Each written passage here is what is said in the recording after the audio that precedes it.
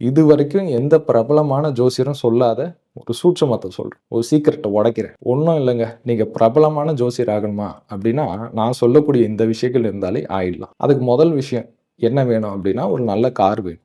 கண்டிப்பா ஒரு பிரபலமான ஜோசியர் ஆகணும்னா, ஒரு நல்ல கார் வேணும். அதே மாரி எப்பயுமே ஒரு 3, 4 சட்டை மடிப்பு கலையாம அயர்ன் பண்ணி எப்பயுமே உங்க கையில வேணும். என்ன பண்ணணும் அப்டின்னா, காலையிலேயே எழுந்துச்சு சீக்கிரம் கிளம்பிடணும். கார்ல ஏறி உட்காந்து கிளம்பிடணும். இப்போ சென்னையில இருக்கீங்க அப்டின்னா, தாம்பரத்துல வண்டி எடுத்தீங்கன்னா, ஒவ்வொரு ஏரியாவுக்கும் ஒவ்வொரு யூடியூப் சேனல் இருக்கு. அதாவது சென்னையில மட்டுமே ஜோசியத்துக்குன்னு நேர்ந்து விட்ட யூடியூப் சேனல் ஒரு 80, 90 கிட்ட இருக்கு. அந்த ஒவ்வொரு யூடியூப் சேனலும் போய் இன்டர்வியூவா குடுக்கும். இப்போ தாம்பரத்துல ஒரு யூடியூப் சேனல் இருக்கு. அங்க போய் ஒரு இன்டர்வியூ குடுக்கும். அதுக்கு அடுத்தது தாம்பரம் தாண்டி வரும்போது வேளச்சேரியில ஒரு யூடியூப் சேனல் இருக்கு. அங்க இன்டர்வியூ குடுக்கும். அப்படியே போயாச்சுன்னா பெருங்குடி.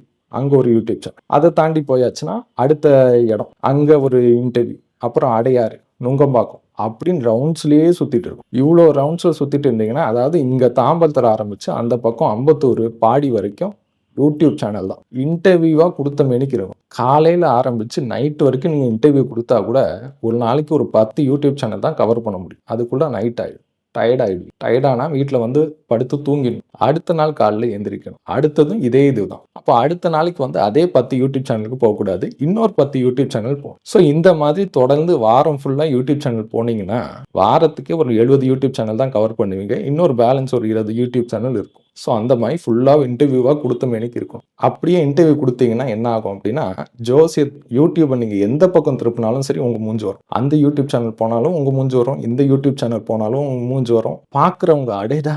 இவரா? ரொம்ப ஃபேமஸான ஜோசியர்.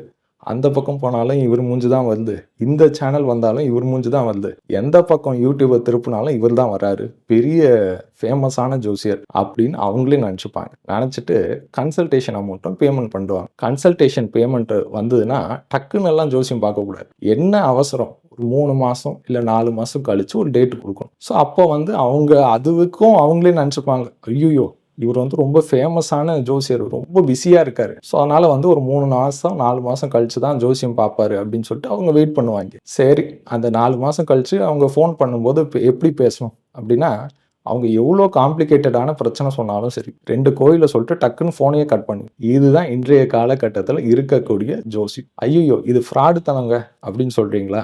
ஏங்க முக்காவாசி பேர் இதுதாங்க பண்றாங்க.